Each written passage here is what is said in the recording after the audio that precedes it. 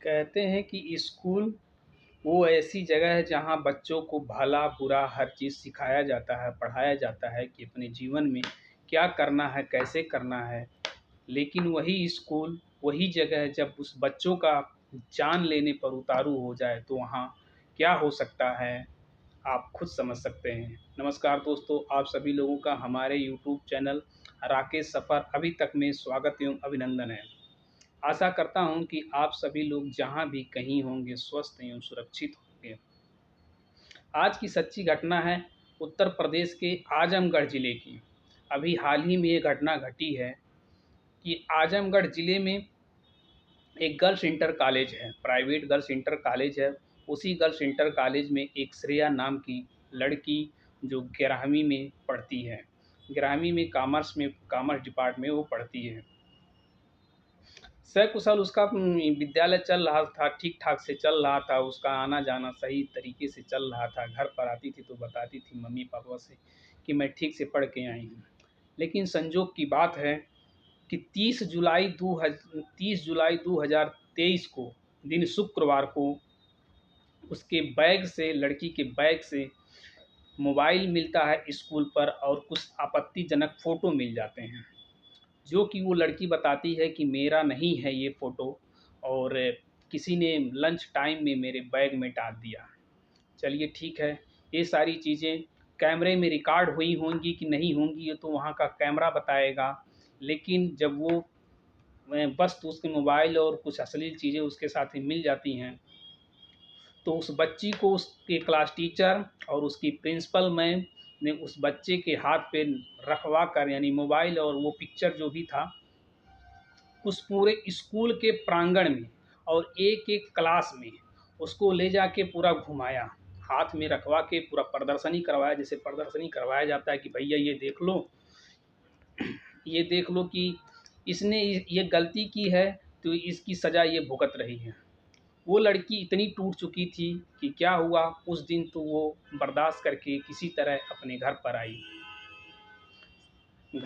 अपने घर पर वो कुछ बताई नहीं अपनी मम्मी-पापा से, किसी से ये चीज़ की बताई नहीं कि हमारे साथ आज स्कूल के प्रिंसिपल और टीचर हमारे साथ ऐसे किए हैं। ये बात उस दिन ठीक-ठाक थी।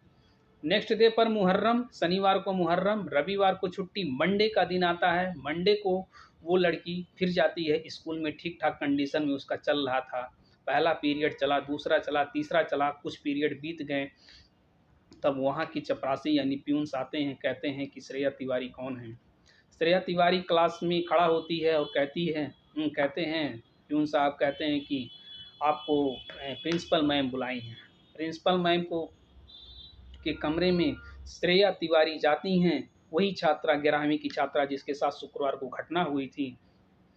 और वहाँ का जब प्रिंसिपल रूम में जाती हैं तो प्रिंसिपल रूम के कमरे का, यानी उनके ऑफिस का कैमरा ऑफ। और वो स्कूल इतना महंगा स्कूल बताया जाता है कि अच्छा स्कूल बताया जाता है, जो पूरी तरह उसका समझिए कि गेट से लेके अंदर तक पूरा समझिए कि डिजिटलीकरण है, पूरा कैमरा लगा हुआ है। लेकिन उसी प्रिंसिपल का कैमरा लगभग 60 से 70 मिनट ऑफ हो जाता है। अब उसके साथ वहाँ उनके क्लास टीचर थे और एक आध दो टीचर थे और प्रिंसिपल मैम थी। क्या उसकी उस लड़की के साथ क्या हुआ, क्या बोले, क्या डांटे, क्या समझाए, वो तो जांच का विषय है। वहाँ से वो जब लड़की निकलती है 60 से 70 मिनट बाद, तो वो लड़की इतना टूट जाती है कि उसको समझ में नहीं आता है कि मैं क्या करूँ। लड़की इस तरह टूटती है कि वो लड़की उसी स्कूल के बिल्डिंग के तीसरी बिल्डिंग पर चढ़ जाती है। और तीसरी बिल्डिंग पर चढ़ती है तो वहाँ से अपना चश्मा, यानी वो लड़की चश्मा भी पहनती थी, उसके गार्जियन बताते हैं कि उसकी आँख में कुछ प्रॉब्लम थी, दवा-ववा वो करवाए थे तो डॉक्टर साहब उसके बोले थे कि चश्मा लगाने को।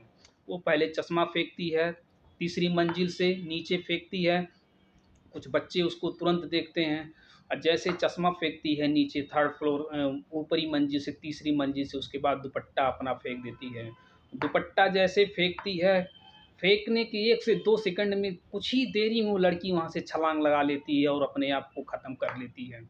जब वो अपने आप को ख़त्म कर लेती है तो पूरे प्रांगण में हाहाकार, पूरे स्कूल में हाहाकार मच जाता है कि एक लड़की श्वेता तिवारी एक लड़की श्रेया तिवारी ने आत्महत्या कर ली। अब उसके साथ वहाँ जो लड़कियाँ देखती हैं, उसकी क्लासमेट पढ़ने वाली 2-4 लड़कियाँ भी उसकी उस दृश्य को देखती हैं, वो भी खून को देखती हैं, उस लाश को देखती हैं, तो वो भी टूट चुकती हैं। कई लड़कियाँ तो वहाँ बर्दाश्त हो जाती हैं। लेकिन कहानी यहाँ नहीं, अब कहानी आगे शुरू होता है। वो तो उसकी तो ज़िंदगी चली गई। अब वहाँ के टीचर, क्लास टीचर घर पर उसके फ़ोन करते हैं। उनके पिताजी आजमगढ़ डिस्ट्रिक्ट में ही अपनी शॉप थी, उनकी खुद की दुकान थी या ऑफ़िस था, वहाँ पर वो थे। उनको फ़ोन लगाया जाता है। कहते हैं कि आप कौन बोल रहे हैं? आप श्रेया के पिताजी बोल रहे हैं कि कौन बोल रहे हैं? तो इधर से अब श्रेया के पिताजी बोलते हैं कि जी मैं श्रेया का पिताजी बोल रहा हूँ, आप बताएं सर आप कौन हैं? तो वो कहते हैं मैं आपके लड़की का क्लास टीचर बोल रहा हूँ, आपकी लड़की किस क्लास में पढ़ती है? तो बोलते हैं सर ये श्रेया के पिताजी कि मेरी लड़की 11वीं क्लास में पढ़ती है। बोलते हैं, पूछते हैं किस सब्जेक्ट से पढ़ती है? बोलते हैं, इधर से जवाब आता है कि कॉमर्स डिपार्ट से पढ़ती है। तो वो कहते हैं सर क्या बात है, कोई बात है क्या? तो बताते हैं कि सर ऐसी कोई बात नहीं है, लेडीज़ प्रॉब्लम है, श्रेया की मम्मी हो तो उनको फ़ोन दे देते तो मैं बात कर लेता, लड़कियों का कुछ मैटर है, प्रॉब्लम है। तो श्रेया के पिताजी कहते हैं कि अभी तो उनकी मम्मी यहाँ पे नहीं हैं और उनका नंबर ये है, फला-फला नंबर है, आप ले लीजिए, बात कर लीजिए। वो इधर फ़ोन लगाते हैं, श्रेया की मम्मी उठाती हैं, वही सिलसिला शुरू होता है। फिर बोलते हैं कि आप फ़ौरन स्कूल पर चले आइए, आपकी लड़की से कुछ बात करनी है, उस लड़की का मैटर है।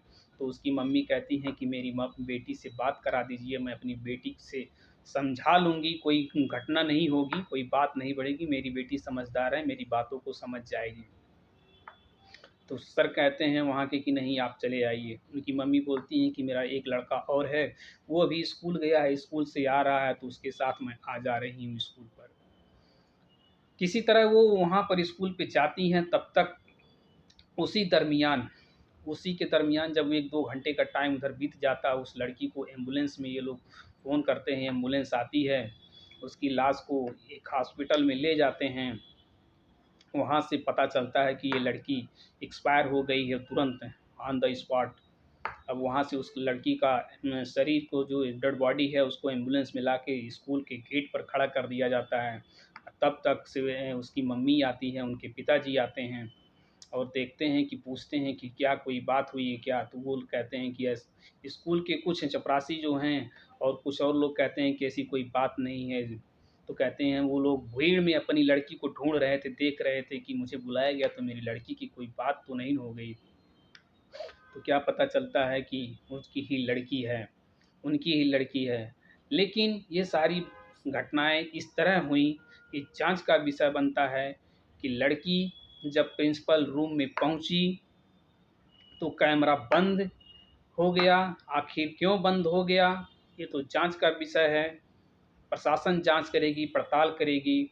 और वहीं इतनी सारी घटनाएँ जब हो रही हैं, तो उसी लड़की के बड़े पापा उसी स्कूल के दूसरे प्रांगण में, यानी एक बिल्डिंग में इधर दूसरा स्कूल चलता है, उसी स्कूल का दूसरा ब्रांच दूसरे में है उसके बड़े पापा। लेकिन उसके बड़े पापा को नहीं बताया गया कि आपकी लड़की, जबकि अभिषेक सर जो हैं उसके क्लास टीचर, लड़की के बड़े पापा को भली-भाँति जानते और पहचानते भी हैं। जबकि 7-8 दिन पहले उस लड़की के बड़े पापा से और अभिषेक जो उनके क्लास टीचर हैं, उनसे बात भी हुई थी।